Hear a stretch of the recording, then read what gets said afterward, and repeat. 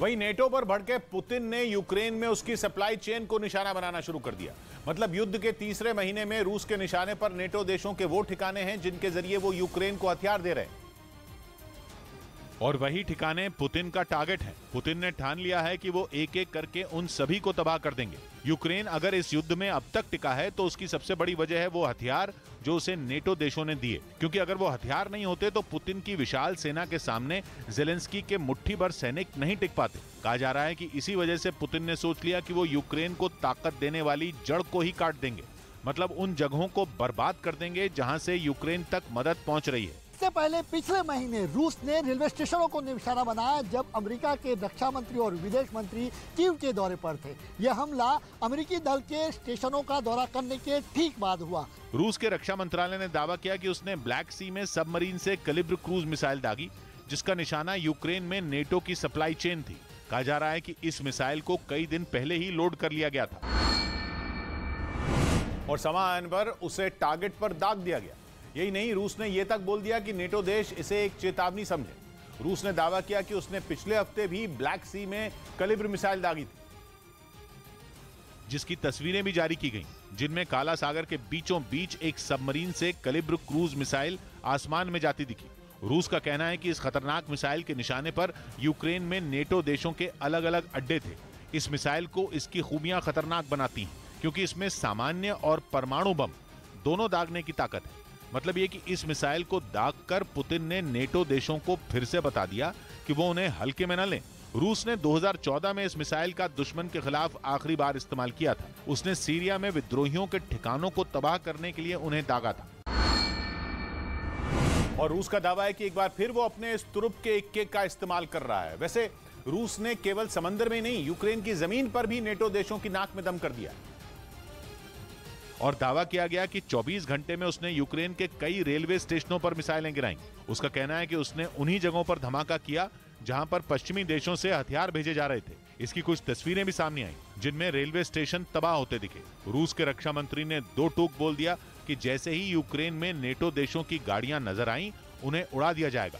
एक रिपोर्ट में बताया गया कि यूक्रेन में रेल यातायात के प्रमुख ने भी इन हमलों की पुष्टि की।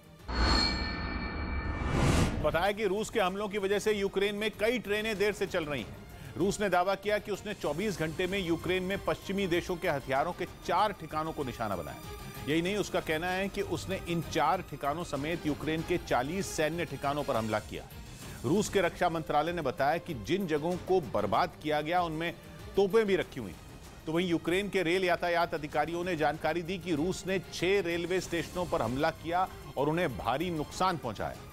यूक्रेन के रेल यातायात के प्रमुख ने बताया कि इन हमलों के वजह से वहां 14 ट्रेनें देर से चल रही,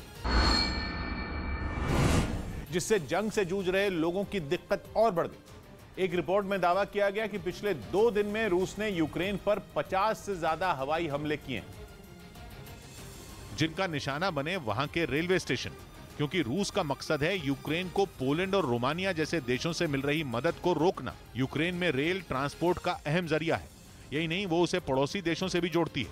यही वजह रही कि पुतिन ने कसम खा ली कि वो यूक्रेन और उसके दोस्त देशों का रेल कनेक्शन तोड़ देंगे। यूक्रेन की मदद करने वाले देश नेटो का हिस्सा हैं। कहा जा रहा है कि रूस की इस चाल की काट वो जून के आखिरी हफ्ते में स्पेन में होने वाली मैड्रिड समिट में तलाशेंगे। नेटो चीफ का कहना है कि इस समिट में वो इस बात पर चर्चा करेंगे कि नेटो देश और मजबूत कैसे हों। 9 मई को लेकर किए जा रहे सनसनीखेज दावों के बीच ये नया दावा हुआ है, जिसके मुताबिक रूस की तैयारी 9 मई से पहले यूक्रेन के 3 बड़े शहरों पर कब्जा जमाने की है, ताकि 9 मई को जब मॉस्को में विक्ट्री डे की परेड निकले तो पुतिन अपनी पीठ थपथपा सके। कुछ मीडिया रिपोर्ट का कहना है कि इन 3 शहरों में भी पुतिन की सबसे पैनी नजर है मध्य यूक्रेन के क्राई रीह शहर पर, जिसके जरिए वो यूक्रेन के राष्ट्रपति जेलेंस्की से अपनी दुश्मनी निकालना चाहते हैं, क्योंकि ये वो शहर है जिससे जेलेंस्की का सीधा कनेक्शन है। हालांकि अब तक यूक्रेन की जंग में क्राई रीह शहर का नाम सुनने तक को नहीं मिला है, लेकिन माना जा रहा है कि पुतिन ने इस शहर को अपनी नाक का सवाल बना लिया है और वो 9 मई से पहले उसको अपनी मुट्ठी में करना चाहते हैं। असल में क्राई रीह शहर से व्लादिमीर जेलेंस्की का नाम सीधे सीधे जुड़ा है,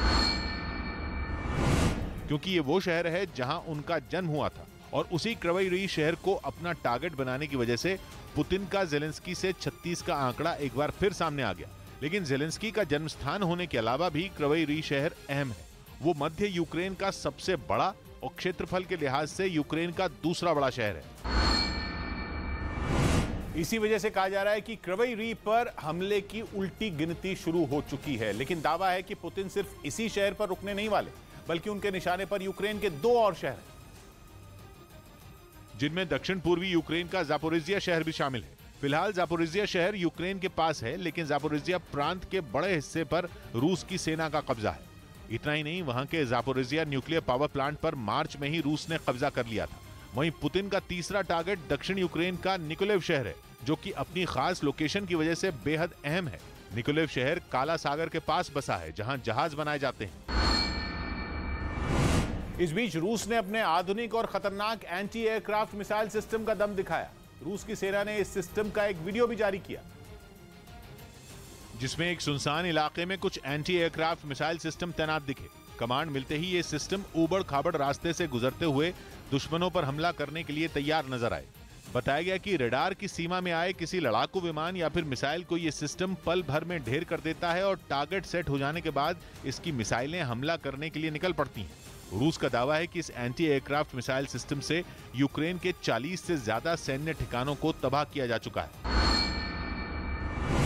वहीं डोनेट्स्क के एक इलाके में पुतिन की फौज ने एक केमिकल प्लांट पर आसमान से जमकर बमबारी की। रूसी हमले का एक वीडियो भी सामने आया, जिसमें प्लांट के पास एक जोरदार धमाका होता नजर आया। जैसे ही विस्फोट हुआ, चारों तरफ धुएं का गुबार छा गया। यही नहीं, विस्फोट के बाद कुछ सैनिक जान बचाकर भागते हुए दिखाई पड़े। दावा है कि रूसी फौज ने प्लांट में काम कर रहे मजदूरों को टारगेट कर ये हमले किए। प्लांट के अलग अलग हिस्सों में हुई बमबारी के बाद इलाके में दहशत फैल गई। वहीं कुछ धमाके तो इतने जोरदार थे कि उनकी आवाज दूर तक सुनाई पड़ी।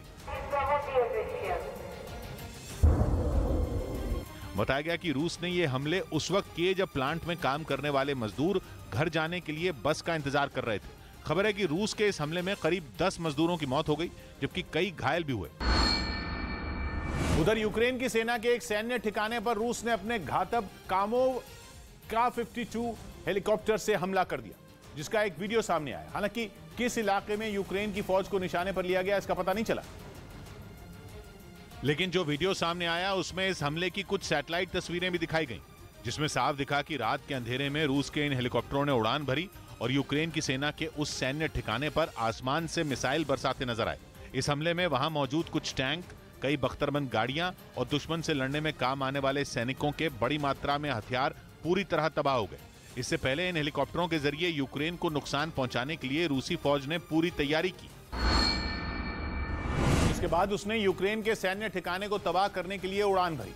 रूस का कामोव Ka-52 में लगा रडार बड़ी रेंज में काम करता है और जमीन पर कई निशानों पर एक साथ मिसाइल से हमला कर सकता है। मतलब यह कि कई टैंक या बख्तरबंद गाड़ियों को यह एक साथ एंटी टैंक मिसाइल या फिर अपने रॉकेट से निशाना बना सकता है। साथ ही इसमें लगे कैमरे दिन और रात दोनों में काम कर सकते हैं, जिस वजह से टारगेट को पहचानना, उस पर निशाना साधना आसान हो जाता है।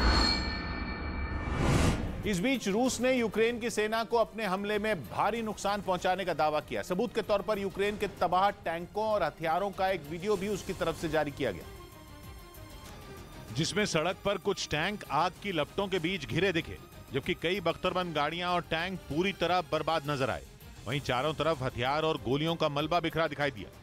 यही नहीं, कुछ लड़ाकू विमानों का भी मलबा इधर उधर पड़ा नजर आया। रूस ने दावा किया कि उसने यूक्रेन के 3 विमानों को अपने एयर डिफेंस सिस्टम से ढेर कर दिया। इतना ही नहीं, उसने यूक्रेन के कई जवानों को मार गिराने की भी बात कही। हालांकि रूस ने किस इलाके में जेलेंस्की की सेना को इतना नुकसान पहुंचाया, इसकी जानकारी उसकी तरफ से नहीं दी गई। उधर यूक्रेन के खार्किव में जंग का मोर्चा संभालने वाली कराकियन यूनिट के सैनिकों का एक वीडियो सामने आया, जिसमें यूक्रेन की फौज के इस खास दस्ते के जवान जंग में रूसी सैनिकों के दांत खट्टे करते नजर आए, क्योंकि उनका मकसद किसी भी हाल में खार्किव को बचाना था। टैंक और बख्तरबंद गाड़ियों में लदे जवान इलाके के चप्पे चप्पे की निगरानी करते दिखे। उन्होंने घेरेबंदी कर शहर की तरफ आने वाले रास्तों को जाम कर दिया, तो वहीं कुछ सैनिक जंगल में गश्त करते दिखाई दिए। वीडियो में वो लोग रूस की टुकड़ियों से भिड़ते भी नजर आए। जहां भी उनका रूस से सामना हुआ, वहां हथियारों का जवाब हथियारों से दिया गया। टैंक, मशीन गन और मिसाइलों से लैस इस टुकड़ी के सैनिक अलग अलग इलाकों में रूस की फौज से लोहा लेते दिखे। गाड़ियों में भरकर दुश्मन के इलाके पर ये एकदम कहर की तरह टूटे, जिसके बाद वहां सिर्फ गोलियों की आवाजें सुनाई पड़ी। तो वहीं दूसरी तरफ इन सैनिकों की हिम्मत को भी इस वीडियो में दिखाने की कोशिश की गई। स्पेशल यूनिट के कई जवान जख्मी हालत में दिखे, जिनका इलाज उन्हीं के साथियों ने किया। साथ ही उनकी मदद से खतरे वाले इलाके से लोगों को निकाले जाने की तस्वीरें भी इसमें दिखाई गईं।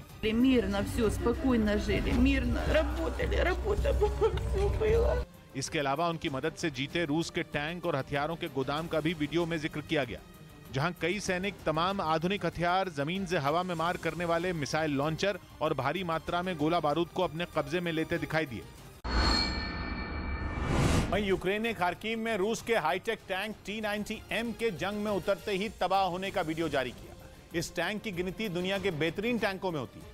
माना जाता है कि कम ऊंचाई और बेहद मजबूत कवच के कारण इस टैंक को नुकसान पहुंचाना काफी मुश्किल है। लेकिन यूक्रेन ने जो वीडियो जारी किया उसमें रूस के कई टैंक हमले में तबाह होते दिखाई दिए, जिनमें रूस का T-90M टैंक भी बताया गया। यूक्रेन के ड्रोन से जो तस्वीरें ली गईं उनमें खार्किव के अलग अलग इलाकों में रूस के कई टैंक दिखे, जिन्हें टारगेट कर यूक्रेन की सेना ने तबाह कर दिया। किसी टैंक पर मिसाइल दागकर तो किसी पर बम बरसाकर यूक्रेन की सेना ने उनका नामो निशान मिटा दिया। हमले के बाद सभी टैंक आग की लपटों से घिरे दिखे और उनसे भारी मात्रा में धुआं उठता नजर आया। बाद में वहां कुछ बचा तो सिर्फ बर्बादी के निशान। इस बीच यूक्रेन ने एक वीडियो जारी किया जिसमें यह दिखाया गया कि रूस की लाख कोशिश के बाद भी कीव को बचाने में उसके सैनिक कैसे कामयाब रहे। दावा है कि यूक्रेन की सेना की रणनीति के आगे पुतिन की फौज का कीव पर कब्जा करने का प्लान फेल हो गया। और यूक्रेन की तरफ से जारी इस वीडियो में यह दिखाने की कोशिश की गई कि किस तरह रूस की सेना उसके चक्रव्यूह में लंबे समय तक फंसकर रह गई थी। इस वीडियो में साफ दिखा कि जब रूस के सैनिकों ने कीव की घेराबंदी की तो यूक्रेन की फौज ने भी उनका डटकर मुकाबला किया। कीव का बाहरी इलाका, जहां से रूस की सेना का 64 किलोमीटर लंबा काफिला राजधानी में दाखिल होने को तैयार बैठा था, वहां सबसे पहले ताबड़तोड़ मिसाइलें दागी गईं। लेकिन यूक्रेन के इन हमलों से रूस की सेना पीछे नहीं हटी और ना ही उसके हवाई हमले रुके। रूस ने बमों और मिसाइलों से हमले कर कीव को तबाह करने की पूरी कोशिश की और इन हमलों में हुए नुकसान की कुछ तस्वीरें यूक्रेन की सेना ने भी इस वीडियो के जरिए दिखाई।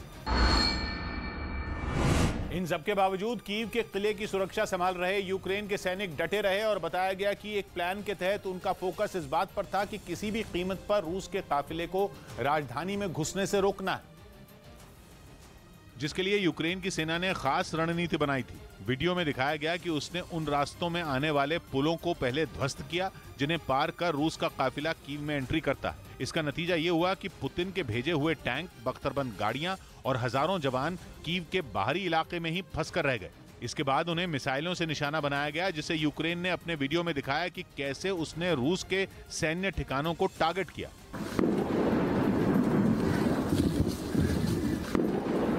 इतना ही नहीं, रूस के काफिले को घेरने के लिए यूक्रेन के सैनिकों ने नदियों, खेतों और जंगलों का भी सहारा लिया ताकि उस काफिले पर छिपकर वार किया जा सके। और दावा है कि इसी रणनीति की वजह से कीव के बाहरी इलाके में डेरा जमा चुकी रूसी सेना को काफी नुकसान पहुंचा, जिसके बाद रूस की फौज कीव से पीछे हटने को मजबूर हो गई। उधर यूक्रेन की सेना ने राजधानी कीव के पास नीपर नदी से रूस के ध्वस्त Mi-35M हेलीकॉप्टर को बाहर निकाला, जिसका एक वीडियो सामने आया, जिसमें क्रेन की मदद से कुछ लोग तबाह हो चुके हेलीकॉप्टर को नदी से बाहर निकालते दिखाई दिए। बताया गया कि ये वही हेलीकॉप्टर था जिसने युद्ध की शुरुआत में कीव के होस्टोमल शहर में कई हवाई हमले किए थे। जहां से ज़ेलेंस्की की सेना ने इस हेलीकॉप्टर को निकाला, वहां न्यूज़ 18 भी पहुंचा। रूसी सेना का Mi-35M हेलीकॉप्टर को बाहर निकाला गया, वही हेलीकॉप्टर जिसको यूक्रेन की सेना ने मार गिराया था। जो तस्वीरें सामने आई उनमें हेलीकॉप्टर पूरी तरह बर्बाद नजर आया। यूक्रेन ने दावा किया कि उसने रूस के ऐसे 8 हेलीकॉप्टरों को ढेर किया।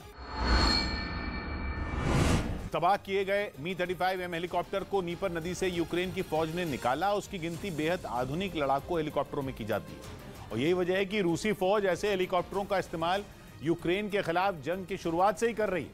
ये हेलीकॉप्टर जमीन पर टैंकों और बख्तरबंद गाड़ियों को पलक झपकते ही ढेर करने की ताकत रखता है। यही नहीं, इसमें लगे नाइट विजन सिस्टम से ये रात में भी अपने टारगेट पर सटीक निशाना लगा सकता है।